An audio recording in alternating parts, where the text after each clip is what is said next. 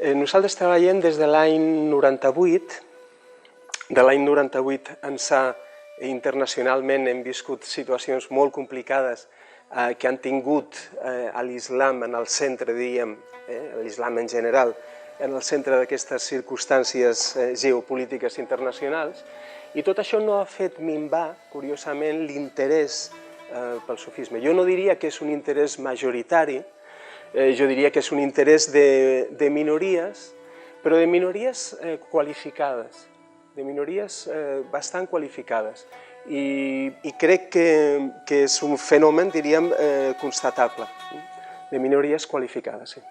A veure, jo crec que a qualsevol realitat les persones s'atansen o ens atansem de forma profunda, de forma superficial, de forma intermitja, i en aquest cas el sufisme no és una excepció.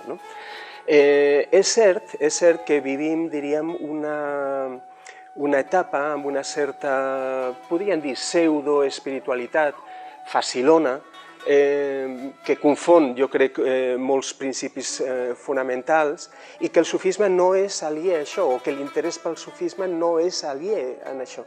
Llavors, en aquest sentit, sí que hi ha una certa moda internacional en la qual, diríem, grans figures espirituals de les grans tradicions de saviesa universals passen per aquesta vulgarització. Aleshores, jo crec que hi ha un treball molt interessant de divulgació de la tradició, i en aquest sentit hem de distingir divulgació de vulgarització.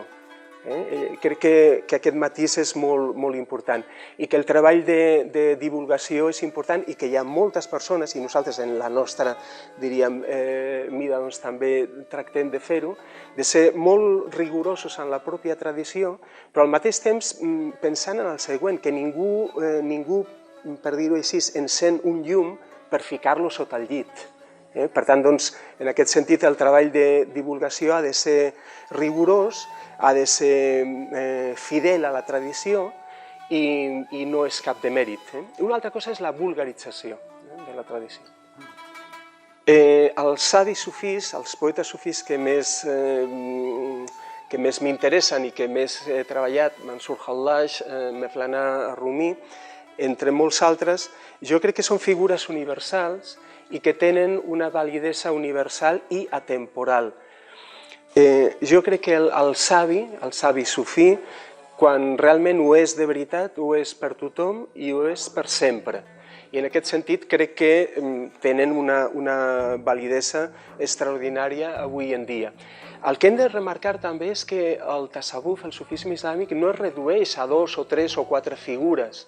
Per fortuna, és una tradició molt fèrtil, que ha donat figures que fins i tot són molt poc conegudes, però que tenen una importància i han tingut una importància cabdal.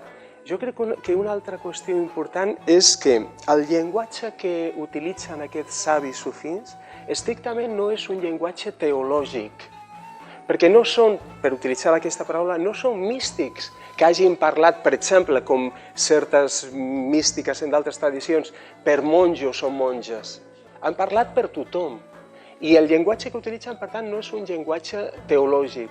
Per això han fet servir, entre altres coses, l'element i el vehicle de la poesia. Poesia, música i humor, jo crec que tenen, diríem, una capacitat d'arribar i de tocar fibres íntimes de la persona que no tenen d'altres mitjans, per dir-ho així. I en aquest sentit jo crec que tenen una validesa extraordinària, i que la tindran amb el temps encara més. A veure, vivim un moment, jo crec que en certes coses excepcional. El que és evident és que nosaltres no podem creure, utilitzant aquesta paraula clàssica, no podem creure com creien els nostres pares i menys encara com creien els nostres avis. Això és una realitat, i no per dolenteria. A mi no m'agrada assenyalar i dir el jovent d'avui no és espiritual o tal, per dolenteria. No, escolti, el jovent d'avui, entre altres coses, no s'atansa o ha fugit com si fos la peste de certes formes religioses perquè aquestes formes religioses són intolerables. són intolerables. Hem de dir que, com diria, la raó, és a dir, la raó no pot matar la dimensió espiritual, la fe de la persona, però al mateix temps la fe no pot ser repugnant a la raó. I moltes vegades la fugida de bona part, diríem, del jovent i d'altres sectors de la nostra societat respecte al religiós és perquè aquest religiós que s'ha presentat és insufrible i intolerable per la raó. Això, per mi, no mata l'espiritualitat. És a dir, la set de ser, la set innata de saviesa, de bellesa i d'espiritualitat que posseeix l'ésser humà, de forma innata, això no ho mata a ningú, perquè per dir-ho així, és un constitutiu antropològic. Nosaltres som això. I això buscarà la manera, diríem, de desenvolupar-se, de sortir de la forma que sigui. De forma, en un temps com el nostre, potser de forma esbojarrada, en formes d'això que es diu d'espiritualitat salvatge, potser sí, però jo intento mirar sempre les coses, diríem, el positiu que tenen.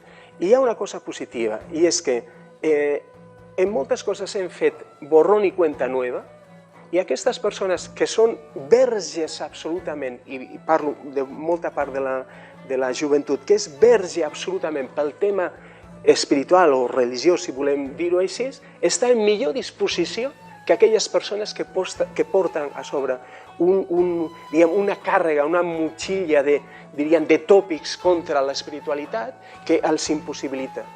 Jo m'atreviria a dir que la forma millor d'atansar-se a l'espiritualitat sufí és no saber res de res. Històricament, el tasawwuf, el sufisme islàmic, és cert que ha utilitzat certes disciplines artístiques, la dansa, la música, la poesia, com a vehicles d'iniciació, com a veritables formes, la cal·ligrafia, no vull oblidar-me'n, com a veritables vehicles, diríem, de recerca espiritual, no com a mers entreteniments, per dir-ho així, sinó com a formes veritables de recerca espiritual. I jo crec que aquesta és una de les característiques històriques del tasawwuf, la incorporació del tema de la bellesa, que històricament al religiós en general el tema de la bellesa li ha costat moltíssim, per tot el que implica, diríem, d'apreciació de lo sensorial i de lo sensual.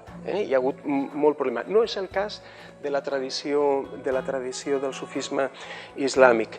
De totes maneres, sempre s'ha advertit en la tradició, i crec que això s'hauria de subratllar, el següent. Es diu, allò tradicional, mire, si vostè cerca la divinitat, trobarà indefectiblement la bellesa. Però si vostè busca directament la bellesa, no és segur que trobi la divinitat. I aquest és el kit, diríem, de com funcionen les arts dins del tasawwuf. Per tant, no és l'arte por l'arte, sinó que l'objectiu de l'artista en el tasawwuf és la búsqueda de la divinitat.